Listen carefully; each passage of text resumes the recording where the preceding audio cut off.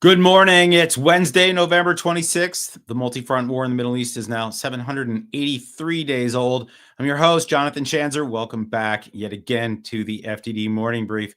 It took about a week, but reports now suggest that Donald Trump and Saudi Crown Prince Mohammed bin Salman sparred a little bit about the question of Saudi normalization with Israel.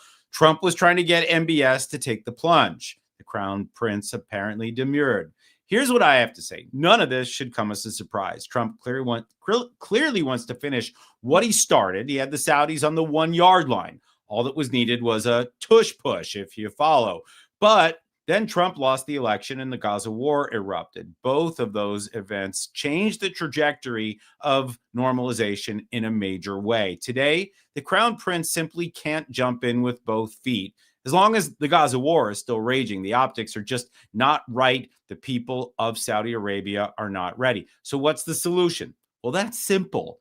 End the war in Gaza. Massive international pressure on Hamas, not Israel, is the key. Force Hamas to surrender, end the violence, and give the people of Gaza a path to peace and prosperity. That will put the region back on the path to stability. Then, and only then, can we expect the Saudis or any other Arab country to get back to the business of normalization. Today's guest is Congressman Mario Díaz-Balart, a Republican from the great state of Florida. He has long focused on issues related to the Muslim Brotherhood. That's a topic that's in the news, you may have heard. And he recently worked with Congressman Jared Moskowitz, a Democrat from Florida, on the Muslim Brotherhood Terrorist Designation Act, which helped lay the groundwork for the White House's executive order that is going to slap sanctions on the Brotherhood worldwide. We caught up yesterday for a pre-recorded conversation, which we're going to play for you shortly, so stay tuned. Okay, let's talk about that Muslim Brotherhood designation. It's a big deal. Here's why. Founded in Egypt back in 1928, the Brotherhood's ideology remains the cornerstone of every jihadi group on earth. The group's hatred for the West has inspired Hamas, Al-Qaeda, the Taliban, ISIS, and more. The membership of the Brotherhood is massive. It spans the globe. But here's the tricky part. Some factions play the long game and officially reject violence. Others have run out of patience and they've declared jihad. The hard thing for policymakers has been to craft a policy that targets violent actors while leaving the patient extremists alone until they show their hand. That nuance has made it a challenge to work out a sensible approach until now. The president on Monday instructed the government to sanction the violent overseas arms of the Brotherhood. In essence, he instructed the government to start with the low-hanging fruit. Some folks are grumpy that the executive order doesn't target the Brotherhood here at home. But here's the thing, that can't happen legally.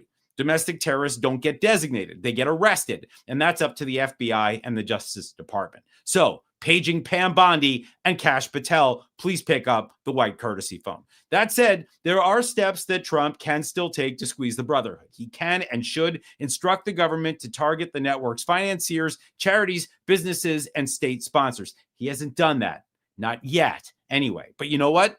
I'm pleased that we've finally taken the first step. It took 20 years, give or take. It wasn't easy, but we're finally on our way. Now for your headlines. Headline 1, anyone heard of Binance? Yeah, that's the world's largest cryptocurrency exchange, and it may well have facilitated $1 billion with a B in transactions for Hamas, Hezbollah, and other terrorist organizations. Again, that's billion with a B. A lot of money there. More than 300 victims of Hamas's October 7th attack, along with their families, are suing Binance's co-founder and top executive under the Justice Against Sponsors of Terrorist Act, JASTA, as we call it. The lawsuit was made public earlier this week in a North Dakota federal court. According to a lawyer for the victims, Binance knowingly facilitated hundreds of millions of dollars for Hamas, enabling the group to launch its October 7th assault. This isn't the first time Binance has faced heat. In 2023, Binance pleaded guilty to violating American anti-money laundering laws and wound up paying $4.3 billion with a B in penalties. Oh, and the company's co-founder spent 4 months in jail. The rap sheet appears to keep growing. Headline 2, the Palestinian economy is on the brink of collapse. According to a new UN report, the economy across the West Bank and Gaza contracted by 30% in 2024. Compare that to 2022. That's the steepest decline the UN has clocked since it began tracking this stuff in 1972. That's a long time. Here's the part where I say, duh. Hamas launched a war and then reaped the whirlwind. Destructive wars are harmful to your economy. Duh. So they might want to remember that the next time they plan on murdering 1,200 people without a plan of what happens next. Okay, back to the report. The UN says the Gaza economy is backslid to 2003 levels. GDP per capita is about $161 per year. Ouch. Of course, lost income is obviously not the worst of it. Lost lives, lost opportunities. It's a major disaster. Sadly, if you ask me, it was only a matter of time. This disaster has been brewing since Hamas was founded in 1988 with the sole purpose of waging war against Israel. The group prevented peace deals on multiple occasions, thereby thwarting genuine attempts to build a state for the Palestinian people. So yes, a reminder here that that Hamas is a plague upon the Palestinian people, full stop. Headline 3, the Gaza Humanitarian Foundation, or GHF, is wrapping up its operations in Gaza. And I got to tell you, we owe these guys a debt of gratitude. 6 months ago, the U.S.-backed GHF began distributing aid to civilians in Gaza, bypassing the UN and other corrupt aid agencies, including UNRWA, the UN Relief and Works agencies. The operation was, by all accounts, successful. We're talking about 3 million aid packages with some 187 million meals delivered by the GHF. GHF then suspended operations at 3 food distribution sites after the Gaza ceasefire came into effect last month. But man, did this agency take a lot of heat before that, as Hamas and its support network vilified the group in the media, blamed it for all kinds of disasters, real and imagined, none that they were actually responsible for. GHF was only supposed to be temporary, so its closure was, in fact, inevitable. But here's what's fascinating. Major media outlets like Reuters and the BBC keep describing the GHF as controversial or disputed in their coverage. But UNRWA, the UN agency that employs Hamas terrorists, suddenly these legacy media outlets run out of adjectives. Truly disgusting the way that this conflict has been covered from start to finish. Oh, and a quick bonus headline today. Slain Israeli hostage Dror Or was returned home yesterday. His body was positively identified overnight. Israel breathes yet another sigh of relief. Only 2 bodies left in Gaza right now. It's still fairly grim stuff, but I'll just tell you, one of the bodies is not even an Israeli national. The question of Hamas disarmament now looms large. That issue is just no longer going to be front and center in Israel. So now we have to start to think about what comes next. All right, it's time to press play on that pre-recorded conversation with Congressman Díaz-Balart. Let's have a listen. Welcome to the program, Congressman Mario Díaz-Balart. John, good to see you, sir. All right, good to have you. All right, we're going to talk about the Muslim Brotherhood today for a bit. You have had your concerns about this organization for some time now. Tell us why. Well, because it's a transnational Islamist terrorist group. It's an umbrella group. They're really smart about how they work and how they do it. And for many years, Senator Cruz and I have been very lonely in this effort to try to get people to understand what this organization is all about. Now we have support. We have bipartisan support in our bill. He's got a bill in the Senate. I have one in the House. But I'm thrilled and incredibly grateful to this president, President Trump, for his leadership, not only on a lot of things, but also on this issue, recognizing that this is a dangerous group that has to be analyzed, has to be looked at, and has to be treated for what it is, a transnational terrorist group that has its fingerprints all over the world, including the United States of America. Yeah, and obviously the cornerstone of Al-Qaeda, ISIS, Taliban, Hamas, every bad actor that we fought around the world, the Brotherhood has had its influence, right? The sort of ideological, doctrinal influence. We've seen it. And I think the fact that other people, other administrations have not taken action is actually somewhat shocking to me. But so let's talk about this new executive order by Donald Trump targeting the Brotherhood. I know you've worked on this issue since 2015, if I'm not mistaken. I guess it was right when you came to Congress. So what is exceptional about this in your view? Well, again, I mean, I came to Congress a number of years before then, but I've been working on this for a long time. And here's the interesting thing. At first, and I have to give a lot of credit to Senator Ted Cruz, who, by the way, I happen to be a big fan of, and I consider him a personal friend. He and I started working on this together. And what we found then is that where people were saying, no, it's not true. Why why are you bothering? And also some people may have been a little bit concerned about, their future and even their health if they got involved in this issue. But Ted Cruz and I kept at it. We kept trying to let people know who these folks were. The good news is that we started getting some bipartisan support recently. If you look at the House bill, we have bipartisan co-sponsors. And in the Senate, Senator Cruz has gotten bipartisan support as well. But it really took this president, this administration. And you said something really, really important. Why other presidents should have done it. Yeah, like other presidents should have should have moved our embassy to Jerusalem. But it was Donald Trump who did it. Other presidents should have designated a bunch of narco-terrorist organizations as terrorist organizations. But it took President Trump to do it.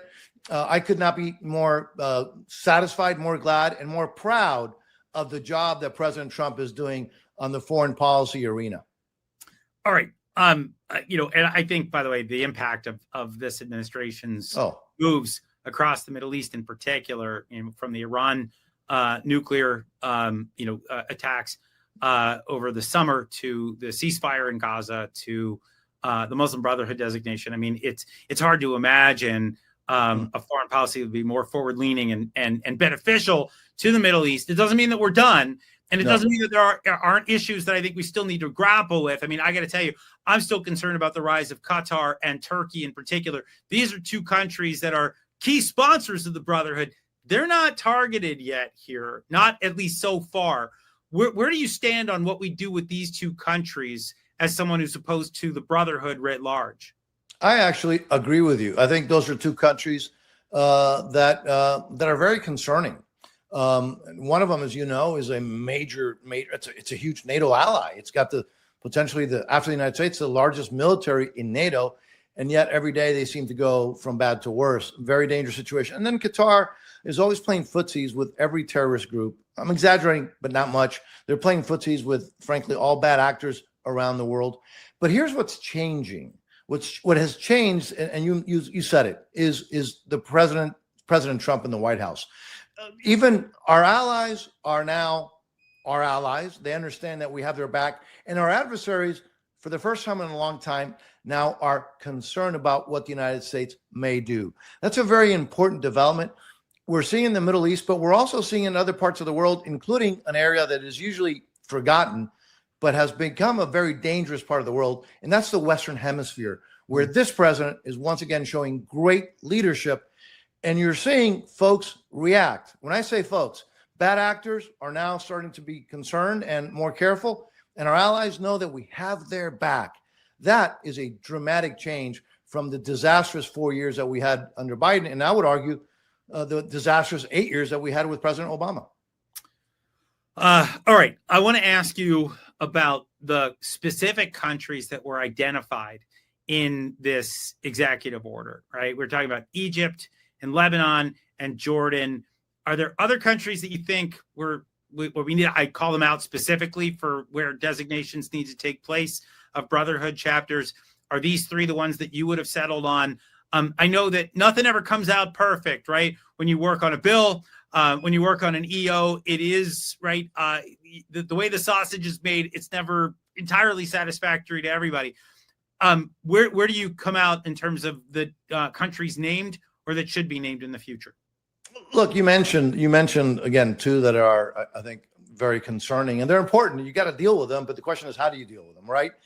But here's the issue. When we're talking about the Brotherhood, Egypt, Jordan, they've designated the Muslim Brotherhood as a terrorist organization.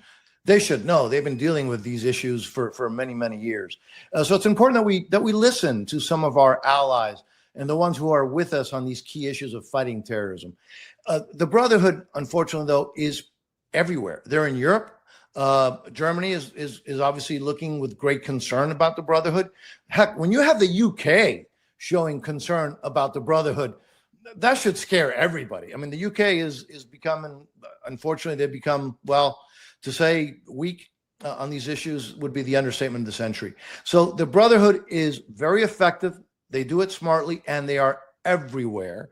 So that's why I'm very happy that this administration, they're doing it through executive order. We still have the bill, by the way, and we're going to still look. I think we're going to move the bill this Congress. God willing. But that again, part of that is because of the leadership of the president. And I would be remiss if I did not mention, and I agree with the president, President Trump, when he said that he thought that Marco Rubio is potentially going to be remembered as the best Secretary of State in history. I agree with that. We're in good hands. The administration is looking at now the Brotherhood.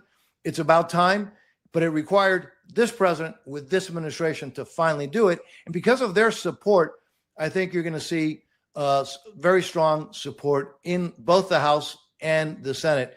But all of that starts, I think, with the change. What's the big change?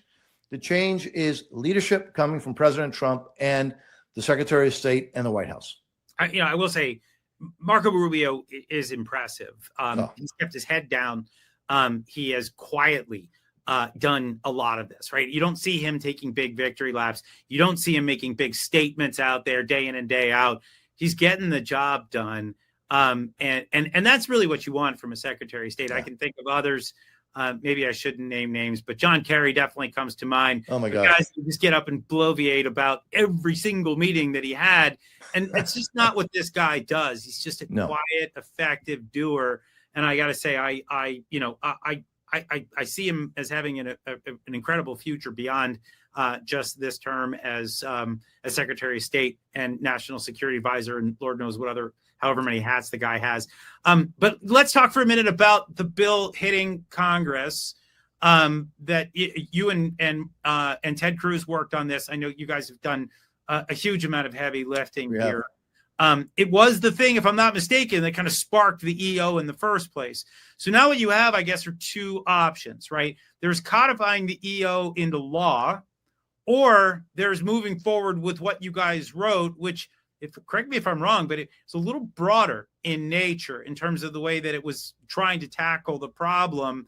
In other words, I think this EO really specifically says just go for the branches of the Brotherhood. I think, if I'm not mistaken, and you can tell me if I'm wrong, that the legislation was, and maybe some of the financiers and the charities, and it was the broader ecosystem. So was the idea maybe to take what we have started now through the EO and to broaden out, or do you just want to take what the president did, lock in the gains, and call it a day? Well, again, what we have is a bill in the House and a bill in the Senate that has bipartisan co-sponsors. So I would hope that we move with that bill. Having said that, obviously, we're going to continue to work with this administration, with the Secretary of State, and with the president, because we can't minimize the importance of their leadership, of the president's leadership. I think actually our bill strengthens the hand of the administration, because if we can show that there's bipartisan support for this, it just strengthens the hand. And as this review process happens, that the administration is already starting with the executive order, Congress acting would just strengthen their hand. So I think it's frankly, we work very closely together. I'm a big fan of President Trump. I'm a big fan of the Secretary of State and the entire administration when it comes to foreign policy and other issues. So I think this will just strengthen. The bill strengthens the administration's hand, and the executive order, obviously, we're already seeing is strengthening our ability to pass the bill. But I think what you're going to see is a markup, hopefully soon, real soon, of the actual legislation filed already that has bipartisan support and co-sponsorships filed both in the House and in the Senate. And so I think that's what you're going to see moving forward. I don't think the administration is going to have problems with that. I think they're going to support. They like it, I think. If they don't, we'll work with the administration. Nothing happens without the leadership of the president. And so our goal is, we have the same goal. The president has the same goal that we do. I'm really really thrilled that because of years of effort, now people are looking at this. When they look at it, when they do the review, I think what they're going to find is frankly going to frighten a lot of people. This is a dangerous organization, an effective and dangerous organization that has been around for a very, very long time, that has very, very large tentacles, including in the United States. And so working together with the administration, we're going to get to the bottom of it. Yeah. And by the way, when folks learn more, they're going to find out that in some cases, these guys are in our schools. Correct. And we'll be putting out more on that at some point soon here at FTD, but it is downright scary. Last question before I let you go. You are the chair of the National Security Appropriations Subcommittee. that gives you an immense amount of power, Mr. Congressman. And we thank you for all that you do, because I think our national security would be in far worse shape were it not for a lot of the work that you do personally on this subcommittee. We've focused a lot on the corruption at some of the highest levels, across let's just say the international security ecosystem. We're aware of organizations like UNRWA, the UN Works and Relief Agency, this organization that essentially worked as a partner with Hamas in the building of these tunnels and allowing the group to operate, within their structures. What are you doing right now at the committee to ensure that groups like UNRWA don't receive a penny of U.S. taxpayer money? When we had a Democrat in the White House, President Biden, even then, the bill that we were able to pass and negotiate, which is law today, of the funding of foreign policy, reduced spending by 6% and did more to help our allies and to confront evil. The goal now is to cut more spending overall and do more with a lot less. So let me tell you what we do. Yeah, in the bill that we passed already out of committee, the appropriation bill, we cut 22% of overall spending, but we put more money to actually do things that are important to our national security efforts. And you might ask, or others might ask, well, wait a second, how can you spend less money overall and do more good things? Well, let me tell you what we do. We cut the funding to the UN General Fund. We cut the funding to the World Health Organization, which has become a subsidiary of communist China. We eliminate the funding for UNRWA and so many other organizations that are not only not helping our national security interests, they're using our money to hurt our national security interests. Those days have to be over. So God willing, we'll be able to move the bill forward. And here's the goal: spend much less money overall, but to do a lot better and more with less money. Can we do it? We cut 6% with Biden as president. We can cut, I think, double digits now in this bill, in my bill, once we negotiate with the Senate. We can cut double digits, but still do more to help our national security, more to help our allies. That includes Israel, that includes Jordan, etc., with a lot less money, by getting rid of exactly what you just mentioned. Thank God. Thank you for mentioning that. We're spending and misspending so much money that is actually hurting us. That's got to go. I have zero patience for wasting taxpayer money and to funding things that are actually hurting us. That's how you do more with less. That's the goal. And if we move the bill forward, which I think we will, that's what you're going to see. You know what? I get excited when members of Congress who control the purse strings actually control the purse strings. So thank you for all that you do. And thank you for joining us today on the FTD Morning Brief. Thank you, sir. Appreciate it. All right. That guy's pretty fired up. Here's what FTD has on tap for you today. In his piece for the National Review, FTD's Jonathan Saya outlines how the Islamic Republic has long tokenized its Jewish population as proof that it is anti-Israel, but not anti-Semitic. Sounds like something a Columbia student might say, but I digress. Jonathan notes that in the 12-day war in June, that Iran has debunked this bunk and that Iran's Jews are once again under direct threat from the regime. By the way, bunk is a word that is decidedly underutilized in the English language. Meanwhile, in JNS, FTD's Ben Cohen scrutinized the recent UN resolution, that's Resolution 2803, which codified Trump's 20-point plan into international law. That calls for Gaza's reconstruction. It also stipulates Hamas's disarmament through an International Stabilization Force, or ISF. Ben warns that without real enforcement mechanisms, the resolution risks repeating the failures of Resolution 1701, which was passed back in 2006. That non-effort to disarm Hezbollah via the United Nations Interim Force in Lebanon, or UNIFIL, ended up achieving jack all. No Lebanon deja vu in Gaza here, please, and shukran. Finally, if you haven't heard enough from me today, I appeared Monday on the Commentary podcast with editor John Podhoretz and the rest of the very talented Commentary crew. It was a packed hour of policy discussions ranging from the foreign actors manipulating social media to the assassination of Hezbollah's military chief to the tenuous ceasefire in Gaza. Have a listen. Catch that wherever you catch your podcasts. All right. With all these designations, it's time to designate this episode as done. We're taking off Friday, so watch some football, stuff your face with leftovers. But don't fret. We'll be back on Monday, the first day of December. If you want to impress your relatives around the Thanksgiving table tomorrow with some wonkery, you can feel free to crib the expert analysis we post at FDD.org. Check out our X account, Instagram account, YouTube account. And don't forget to tell everyone at the table to visit FDD.org/invest. I'll be giving thanks to you if you do. Tune in Monday for another episode of the FDD Morning Brief. Happy Thanksgiving. Have a great weekend. I'm Jonathan Schanzer, signing off for FDD.